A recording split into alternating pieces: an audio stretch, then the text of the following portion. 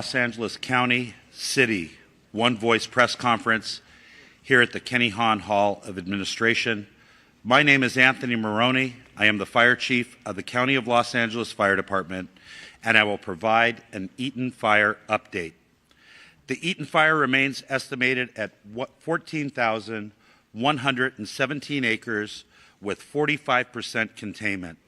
We know that over 7,000 structures are damaged or destroyed, and we have 3,392 firefighting personnel assigned to the incident. 45% of our damage inspections for the Eaton Fire have been completed.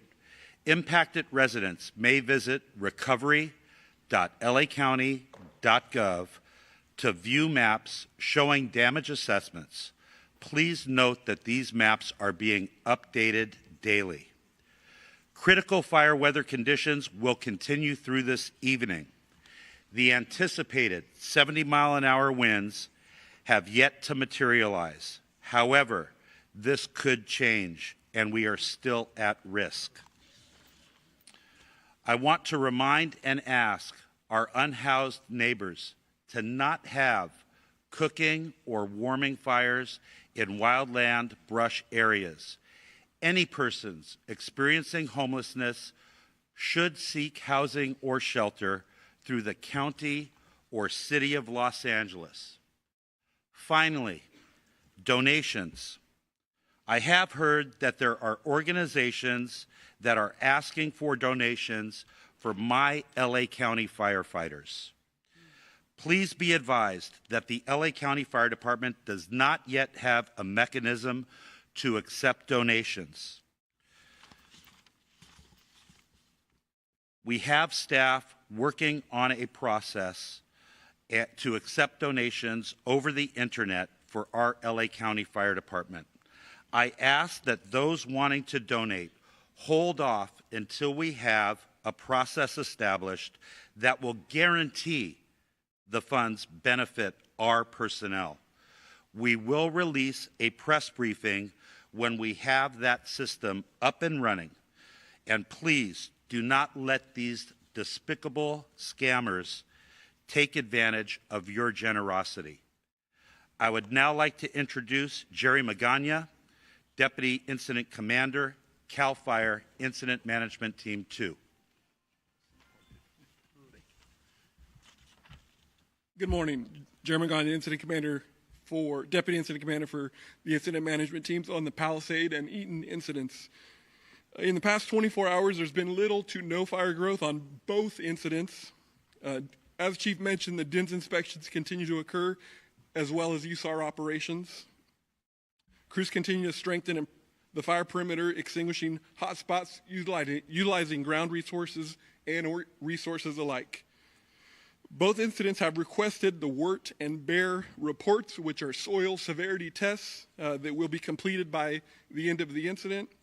And we continue to pre-position resources with a current mobilization center in Beaumont, which is in Riverside County, for any new starts that could potentially affect the area. CAL FIRE will continue to support our partners in Unified Command, and we thank you for your patience during this time. For the most current fire information, please go to fire.ca.gov. And next up, I would like to introduce LA City Fire Chief. Good morning, everyone. Kristen Crowley, Los Angeles City Fire Department's Fire Chief. Yesterday, I want to just give everybody a brief update on an additional brush fire that did break out in the Lakeview Terrace area of Los Angeles with structures that were threatened. Firefighters responded and aggressively attacked this fire.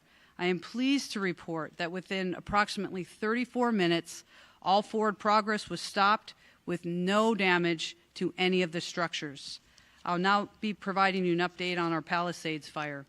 This fire is 23,713 acres with 19% containment, with 5,104 personnel assigned to the incident. Firefighters observed 30 to 40 mile-per-hour winds with low humidity. When you look at the aerial view of the Palisades fire, you may not be able to tell, But however, infrared flights last night indicated there are still numerous hot spots burning within the fire footprint. Very close attention was paid to address any flare-ups swiftly as to prevent any fire spread outside of the perimeter.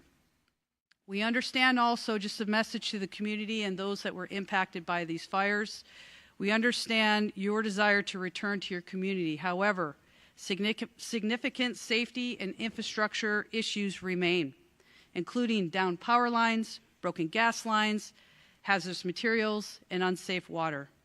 Please know that we are working diligently to address these challenges and ensure your safety and the safety of our first responders.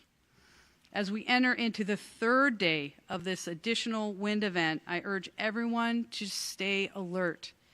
The combination of low humidity and strong winds has further dried out the brush, increasing the risk of fire. The danger has not yet passed, so please, please prioritize your safety. Thank you. I would now like to introduce our next speaker, Sheriff Luna. Good morning, Robert Luna, Sheriff of Los Angeles County. The Sheriff's Department, LA County Sheriff's Department, continues to have well over 1,000 personnel assigned. Again, many on 12-hour shifts, many without days off. Really want to thank the California Highway Patrol. They've contributed even more officers in the last 24 hours. There are well over 300 officers who are helping on both incidences. The Drug Enforcement Administration has also contributed even more special agents that are assisting us in different incidences. They're close to about 30. We are now close to or well over 900 National Guards, California National Guard, that are assisting us both for the LA County Sheriff's Department, the Los Angeles Police Department, and other law enforcement agencies here in California. Evacuation orders, they've gone down some. We are at 82,400 in our LA County jurisdiction, and warnings are up just a little bit because of the wind event to 90,400. In regards to a curfew, the curfew still is in effect from 6 p.m. To 6 a.m. I just want to make sure everybody understands that the rules haven't changed. If you don't belong there, you don't live there, stay out of there. There's no reason for you to be there, and you will be subject to arrest if you're there with no business. In regards to arrest, we had a few more arrests overnight. The total for LA County Sheriff's jurisdiction is now at 44. That's 36 arrests in the Eaton incident and 8 for the Palisades incident. Eaton total, well, I won't go into detail, but basically we stand at about 14 for burglary within those jurisdictions. Everything else is either curfew, trespassing, individuals that are possessing narcotics and or guns. Last night, I do want to bring it to your attention that in our Palisades incident, we did arrest another individual for impersonating a firefighter. Somebody else who is dressed like a fireman was not a fireman. I got to give a lot of credit to our deputies for being proactive, stopping him, and arresting him. That investigation will continue. Search and rescue operations. Our search and rescue teams have completed approximately 78% of the search area in Altadena. That is an estimate of 5,516 properties. I'm hoping, with luck, maybe by the end of today, maybe tomorrow, that will be done. Yesterday, we started the same operation in the Palisades area. Evacuation zones lifted, Palisades 0. Eaton, we did lift 2. So we're communicating the best we can with our partners and our residents to make sure that they can get back in there. And please, as a reminder, our repopulation conversations do continue with every meeting. But please remember, just because there isn't a fire, the chiefs have made it very clear that we're still having some challenges with the wind, so we've got to keep a close eye on things. But in talking to our partners at Public Works and Utilities, There are things you can't see that are underground. There's a lot of hazards. So those are things that are going to have to be evaluated hour by hour, day by day, so that we can make sure that when we start allowing our community members back to their homes, that they are safe. Safety is always absolutely number one. In regards to deaths in the Los Angeles County Sheriff's jurisdiction, we still stand at 21. If you've been following the numbers I've been giving out, they've stayed static for 2 days now, even though the searches continue, at least in the Altadena area. So 21 deaths, bad news. No more deaths so far. That's good news. So I'm praying that that stays together. And then missing persons, that did increase a bit. But I want to know that originally we had 31 missing person reports that were taken. Thank God 5 of them were found safe. But we still have 26 active missing persons that are reported. 20 in the Eaton area and 6 in the Palisades area. And then as I conclude, if you want any more specific information regarding evacuation orders or warnings, if they're coming or going, road closures, or any other information that you think is important to you and your family, please go to lacounty.gov/emergency. I'd like now to introduce Jim McDonald, the Chief of the Los Angeles Police Department. Thank you, Sheriff. Good morning. Over the last week, you've heard me say that the LAPD remains committed to protecting lives, safeguarding property, and maintaining order in the areas affected by the fire, and that remains the case today. The LAPD remains on tactical alert, and we've dedicated whatever resources are necessary to provide for your safety. LAPD officers are actively patrolling the areas around the clock and protecting your properties like they are our own. Our efforts include enhanced visibility in evacuation zones and neighborhoods where houses and businesses are vacant, deploying marked and unmarked vehicles as well as foot patrols to ensure a strong presence and a swift response to any issues that arise.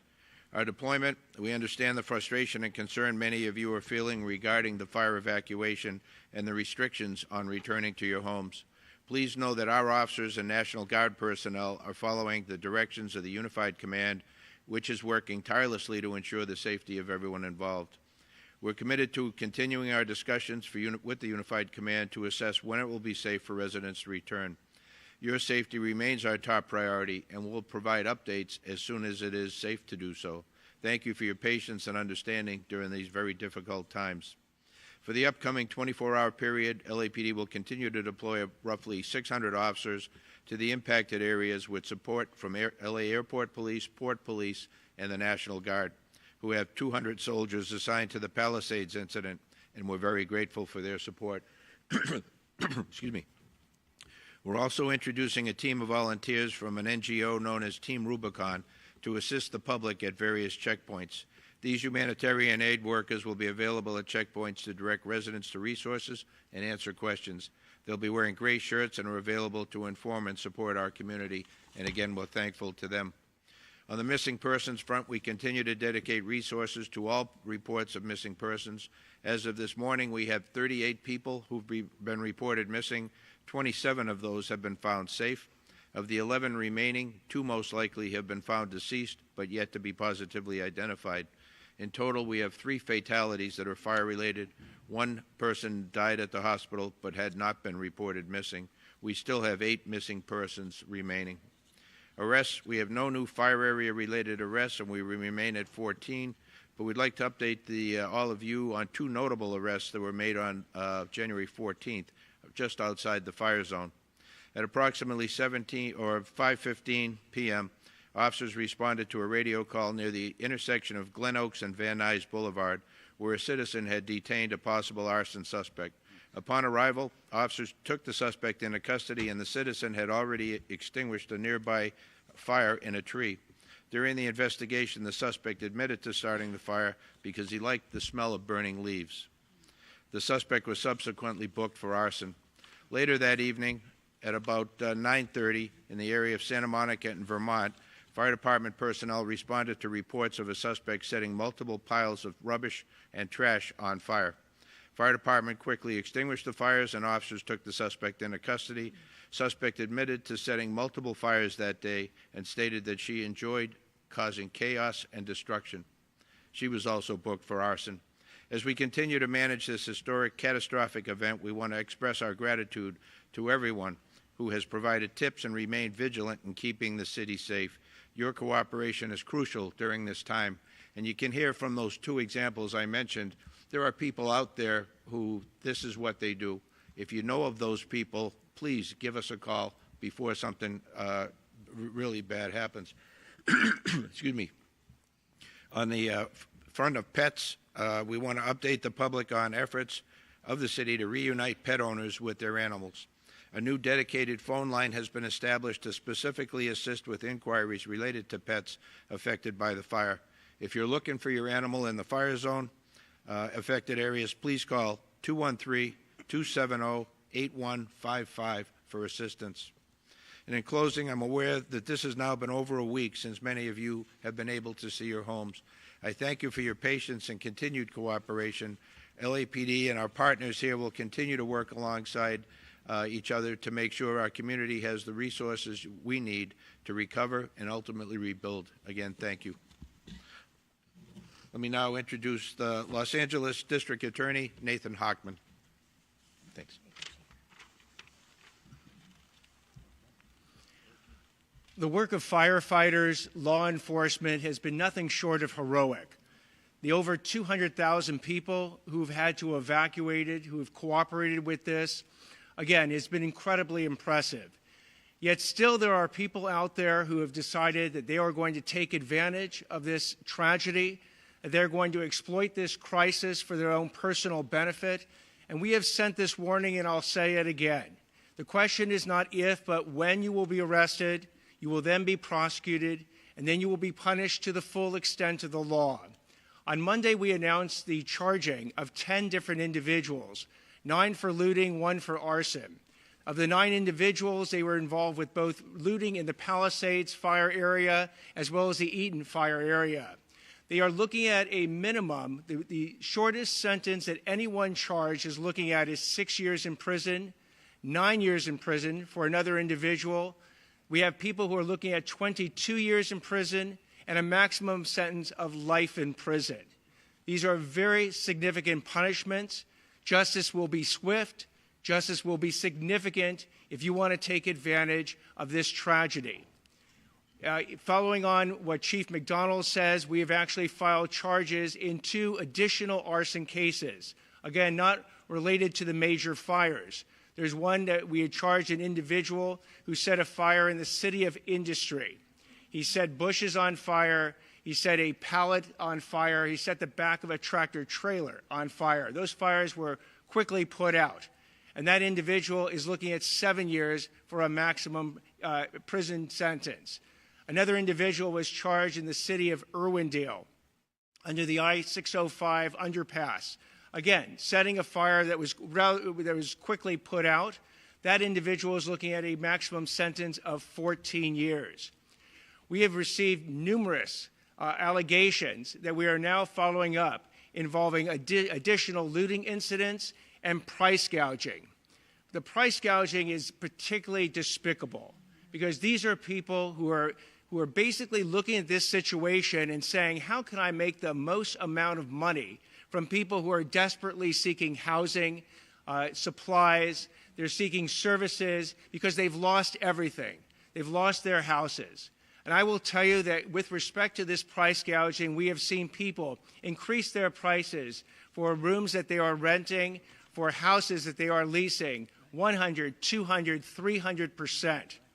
Here's my warning.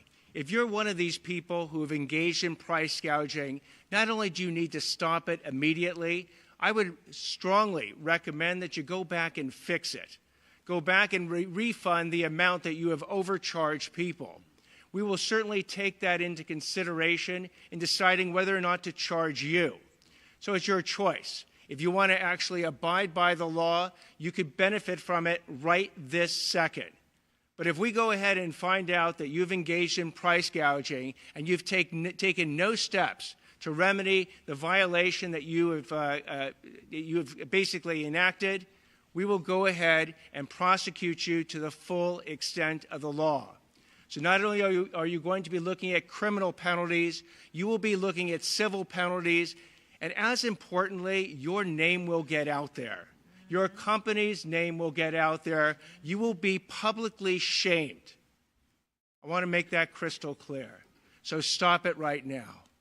And as the recovery starts up, we again are seeing the financial scams. Over and over, we are seeing scams involving charities, where people who want to donate either money or services to the recovery effort are being targeted by these scammers. My strong message to you is if this happens, please check the organization that you are donating your money to beforehand. Do not donate cash. Do not even donate Bitcoin because it's very hard to track. Only deal with reputable organizations that you can then check out who will get that money to the appropriate people in need. Same thing when it comes to insurance. Be very careful. There are scammers out there who are going to try and make you promises that they can give you certain benefits from insurance that are completely false. Make sure you check out any insurance claims. And government benefits are starting up now. Both the federal government and the state governments are going to be offering people in need significant dollars to get back and recover in their lives. However, these will be ripped off. I will guarantee you there are people who are looking at this to rip them off. Here again is your warning, because I don't want any discussion later on that there is some confusion of what the consequences are. They will be swift and they will be significant. So again, I wish everyone great safety. Please support the firefighters. Please support law enforcement. Stay out of the evacuation zones. They are designed for your safety and to facilitate these putting out of fires and keeping people's houses safe. If you want to go ahead and violate an evacuation area, violate a curfew, you will be held accountable, you will be arrested, and my office will prosecute you. I'd like to now introduce Los Angeles County Public Health Chief Deputy Director, Dr. Anish Mahajan. Good morning. My name is Dr. Nicole Quick. I am the Chief Medical Advisor for the Los Angeles County Department of Public Health. As we continue to deal with the aftermath of fires and residents begin to return to their homes with proper approval from the regulatory agencies, it is important to remain vigilant about air quality. Fire and wind conditions can increase the amount of particulate matter, dust, and ash. Currently, the South Coast Air Quality Management District has extended a windblown dust and ash advisory through this evening. The high winds may displace ash from the Palisades and Eaton fire impact zones. Windblown ash particles may be too large to be picked up by our regular instruments and will not influence the AQI measures that we've pointed folks to look at for air quality. So it's important to look for ash in air and on equipment and on your surroundings to take precautions. To effectively reduce exposure to harmful particles, it is critical to wear appropriate respiratory precautions. This includes N95 and P100 masks. In addition to obtaining the masks, important to wear those correctly. This means over the nose and mouth without gaps and well fitted to your face. For N95 to provide the proper protection, they also must be changed out with regularity and if they become wet or soiled. It is very important to note that cloth masks, dust masks, and bandanas are not adequate protection. While they may provide minimal protection, it is not adequate to keep out those particulate and ash that we are concerned about. Individuals with respiratory conditions, children, and those with pre-existing medical conditions are urged to talk to their healthcare provider before utilizing these respirators. Taking these steps is critical for vulnerable populations, including older adults, children, and those with pre-existing conditions. N95 masks are available for free at LA County libraries and at the local assistance disaster resource centers. Quick note also for those who are struggling with finding their prescriptions, Public Health has begun offering medication assistance at all of the local assistance centers. We have teams there that can work with families and individuals to help them secure medications. Individuals can also connect with their regular providers, their pharmacies, and their health plans for further assistance in obtaining their medications. I want to make a note for those who are receiving medications for opiate use disorder. If you are having difficulty obtaining those, please call 213-288-9090, and we are available from 8 a.m. to midnight to support those needs. In addition to these efforts, there are other resources available to help in your obtaining prescriptions. Want to make one additional note that we do have environmental health inspectors at the local assistance centers that can address concerns related to fire damage and safety. We can assist family in identifying health hazards, provide education, and answer questions about maintaining a healthy environment. I will now hand this over to Supervisor Barger. Thank you. Thank you, Doctor. I want to start by emphasizing, especially with the wind we'll have today, that it is important for residents to take health guidance seriously when you're near impacted areas and debris. The health concerns are serious. I've heard many questions about how to be safe when you're around an impacted area. Today, large signs are going up all over Altadena that outline precautions you should take when you're near impacted areas and when you're sorting through debris. The signs will be helpful for residents near burn areas who didn't evacuate but are still affected by debris and will be in preparation for when evacuated residents will be allowed back into the community. The information is broken up into 3 categories: what to wear, what to do inside, and what to do outside. There's a slide rotating on the screen that shares the important information that will be on those signs. As we recover, it is crucial that our residents have the information they need right here in our community. Yesterday, I had the honor of going to the Disaster Recovery Center at the Pasadena City College Community Education Center on Foothill, and that is exactly what I saw. I went on the opening day of operation, and I was so proud of our county family. I was so proud of the state and the federal who've all stepped up. But more importantly, I was so proud of the residents that showed up. It gave me hope that we are on the road to rebuilding. People weren't saying if I rebuild, it's when I rebuild. Impacted residents who cannot afford for government to build up services slowly, I make you this promise. Our board is united. We are all in. We are going to make it as easy as possible for you to rebuild. And that includes permitting, that includes approval, that includes working with all levels of government to secure low-interest loans. It is an all-hands-on deck. At the center, we also have county departments and federal, state, and local partners in place, as you heard. So if you lost any of your vital records, or you need replacement of your license, they are there to help you and make it as easy as possible. Together, we're bringing every resource to our neighbors in need. Residents can access countless services, including FEMA financial service, which may include money for basic home repairs, personal property losses, and other uninsured disaster-related needs, such as child care, transportation, or medical need. As county services ranging from the assessor's office to public works to the economic opportunity for employment assistance to the registrar recorder, our county stands ready to serve you. It was heartening to see that so many impacted residents still have hope and actually light throughout this darkness. I'd like to give a special thanks to the countless volunteers who are sacrificing their time and resources to make this happen. Overall, I received such positive feedback from the residents who were there receiving services. And you know who you are. You came up to me and talked to me about how fearful you are about what the future has in store. And I made you this promise, and I will honor this promise. You have a future in Altadena, and we are going to come back stronger than ever.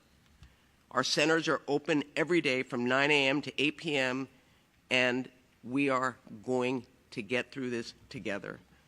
With that, I would like to introduce LA City Mayor Karen Bass. Good morning, everyone. As we know, we are still not quite out of the woods. And so I would just encourage and implore upon all Angelenos, please take the warning seriously and the evacuation notices seriously. And frankly, if you are in an area where there is a warning, get prepared now, get packed, take everything you need with you, your medications and your pets, if that is possible. If you are looking for a pet, you can call a new number that was mentioned by Chief McDonald, 213-270-8155, 213-270-8155. We've received many inquiries from individuals who are concerned about where their pets are, so please take advantage of that telephone number. We know the winds were lower than expected yesterday, but we also know from the National Weather Service that we are still facing dangerous conditions. I want to thank Governor Newsom on his work yesterday on price gouging and scams. We're taking this seriously and have made it so Los Angeles residents can report price gouging by calling a number with the city, 311. Scams are also spreading, which is why it is so important to use trusted sources for assistance. On the positive side, the Disaster Recovery Center in West LA did a soft opening yesterday. It was open just for about 4 hours, and in those 4 hours, over 100 households came.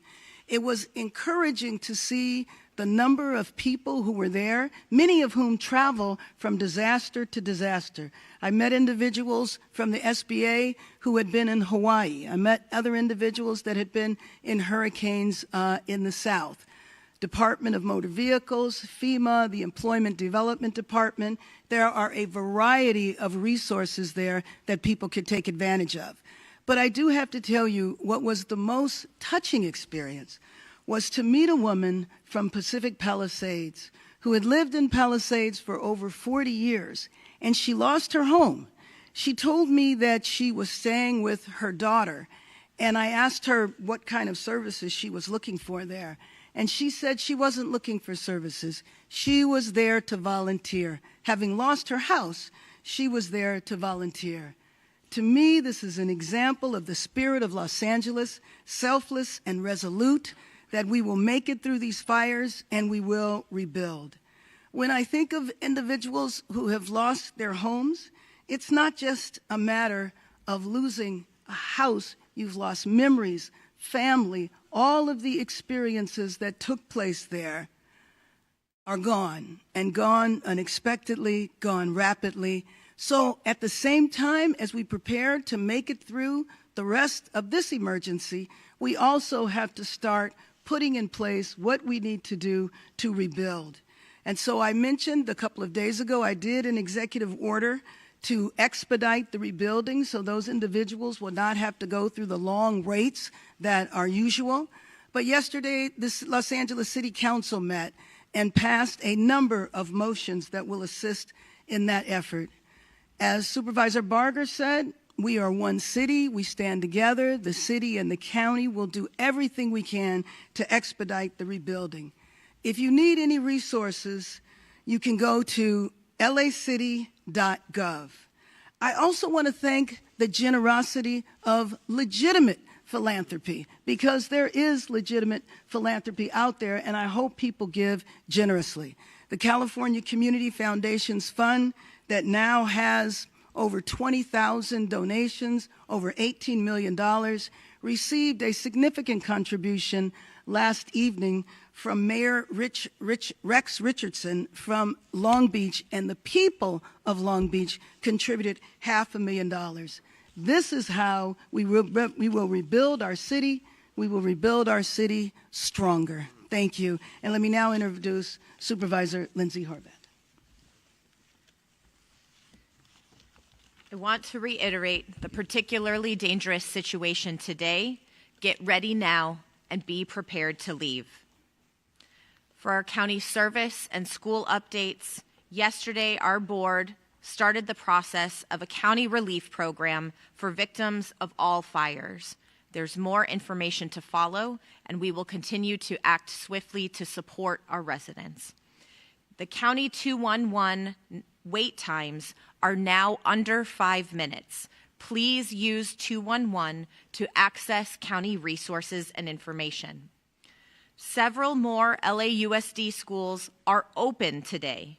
Palisades Charter Elementary students should attend Brentwood Science Magnet Elementary. Marquez Charter Elementary students should attend Nora Sterry Elementary. You can call the Department of Animal Care and Control at 562-940-6898 to help with pet reunification. LA County Parks are hosting care camps for young people impacted by the fires. You can register at parks.lacounty.gov/care camps. And there's more information on all recovery efforts throughout the county at recovery.lacounty.gov. Because of the particularly dangerous situation, there may be additional power outages.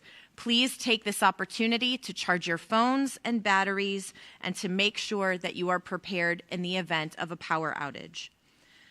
The declaration of emergency countywide has gone into effect and includes illegal price gouging, including on rent and housing options. We cannot raise the price of rent, goods, or services more than 10%. There are both criminal and financial penalties. These are enforced by our district attorney, as you heard. Through the county's declaration of emergency, our county council and our director of consumer and business affairs have the authority to impose civil penalties. And I spoke with our attorney general of the state this morning, who is vigorously investigating cases at his level.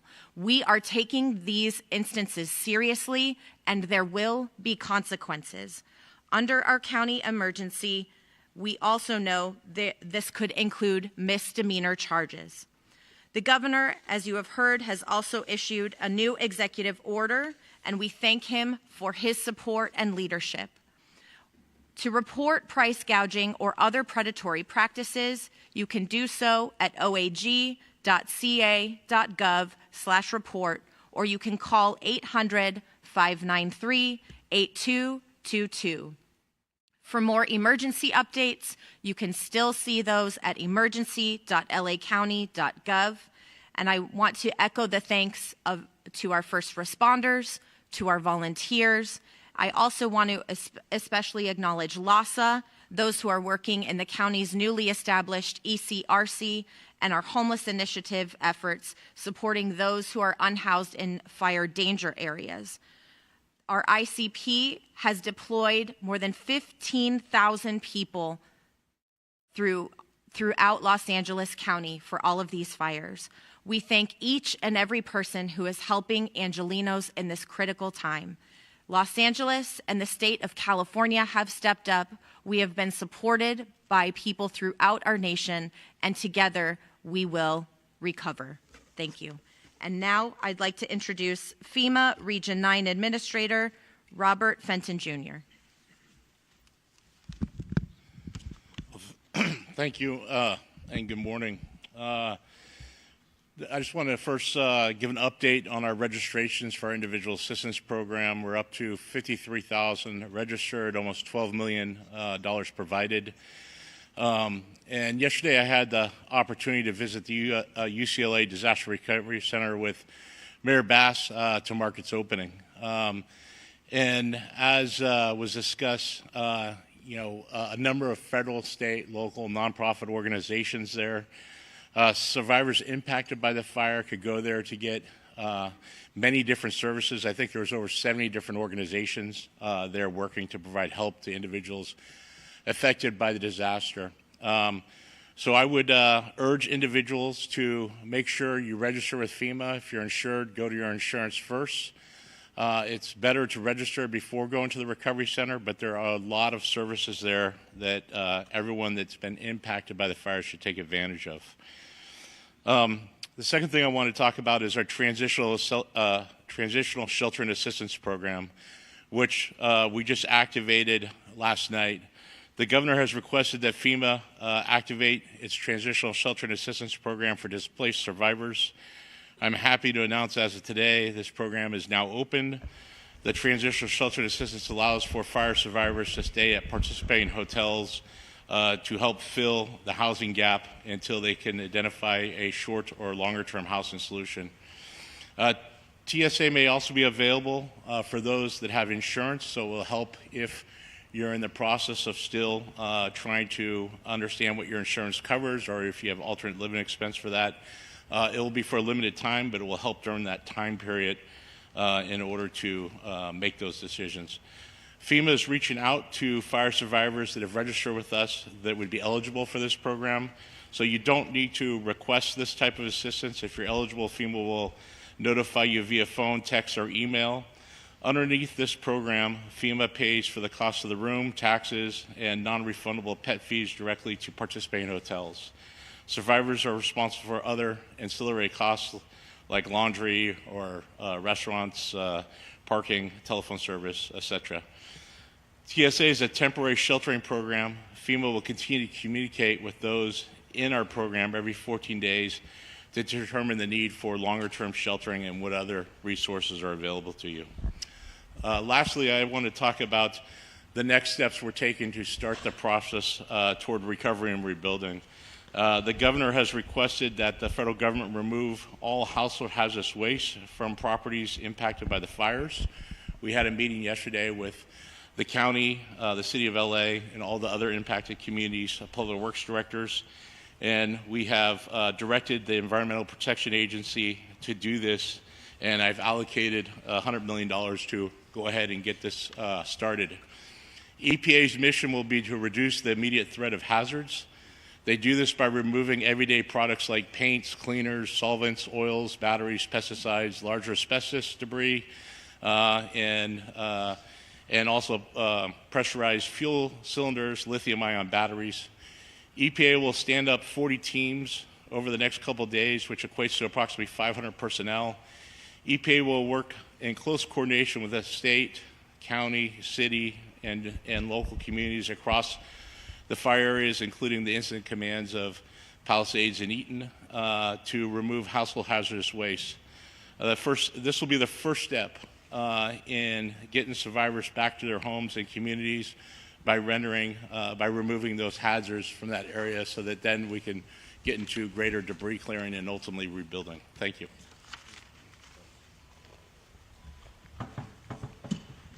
Helen Chavez Garcia, Communications Director for Chair Catherine Barger.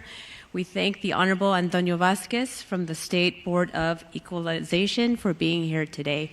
We will now transition to the question and answer portion of our press conference.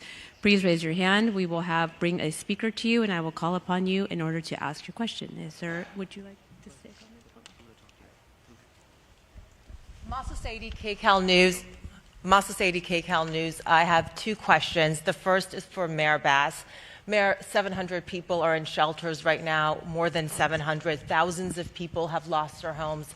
I know you are trying to expedite the rebuilding process, but realistically, how long is it going to take for these folks to get a roof over their head? Can you give us a timeline? I wish that I could give you a timeline. I can't specifically, but what I can tell you is that the people that are in shelters, people are there for a lot of different reasons. I know some of them might be unhoused, but the rebuilding process, we have to set the guidelines and the policies in place, which is what we did, and we will be kicking that off. We have a lot more to do. As I mentioned, the City Council met yesterday. We need to put all of those policies together and begin right away. The first step, though, was yesterday, and that was the Disaster Assistance Center for people to get all of their paperwork together. Whether they go to the Assistance Center or not, that is the first step. And I know individuals are talking to their insurance companies, et cetera. And price gouging, you're talking a lot about price gouging and how it is illegal. Hold on. Bidding wars are not. Hold on. The FEMA director wants to respond to you as well. Go ahead. Yeah, I just want to add to that. We will be sending personnel from our teams to the shelters to see how many are eligible with our programs, and if we can move into a transition shelter and put in a more safer housing environment into a hotel. So we'll be doing that over the next day or two to help move people to a better situation than the congregate shelters are in right now. And on the price gouging that we're seeing happening with rentals, again, price gouging is illegal, but bidding wars are not if the tenants are driving that. We're seeing more and more evidence of these bidding wars. Should people here in Los Angeles be bracing for rents to dramatically increase, or is there anything you can do to try to stabilize the market? So here's how bidding wars work. If a landlord or someone who's renting out a particular house or room had an original price before the wildfires and the state of declaration occurred, and keeps that original price, but others give him or her additional money to rent, and they take absolutely no action whatsoever to in any way increase that price, then it falls in a gray area. I don't want to say it is 100% legal, but it is a gray area. But if the landlord or the renter or the person renting goes ahead and engages in a discussion amongst different people as to which price they're going to take that is more than 10% ahead, they're engaging in price gouging. So again, what I would strongly, strongly urge anybody who's renting or selling or providing a service is that if you receive more than 10% of the amount that you would have received before these wildfires, you are now entering into the world of price gouging. Your case will get looked at, and if you are found guilty of it, you will be prosecuted. Thank you. We're going to go right over here. Hi, this is Kate Cagle with Spectrum News 1. I have a question for Mayor Bass. What was your involvement in emergency preparation in the decision not to deploy up to 1,000 available firefighters last week, given that the National Weather Service was warning about this life-threatening and destructive windstorm? This is in regarding to the reporting in the Los Angeles Times. I will let Chief Crowley answer that.